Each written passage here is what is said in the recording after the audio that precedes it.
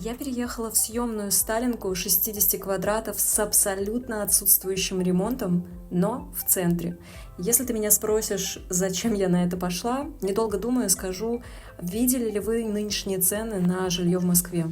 Плюс ко всему, я человек визуальный, мне важно, чтобы вокруг было красиво, а красиво я точно могу сделать сама.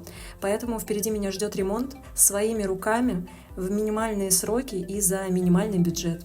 Буду делать его впервые. Подписывайся, чтобы не пропустить это увлекательное путешествие.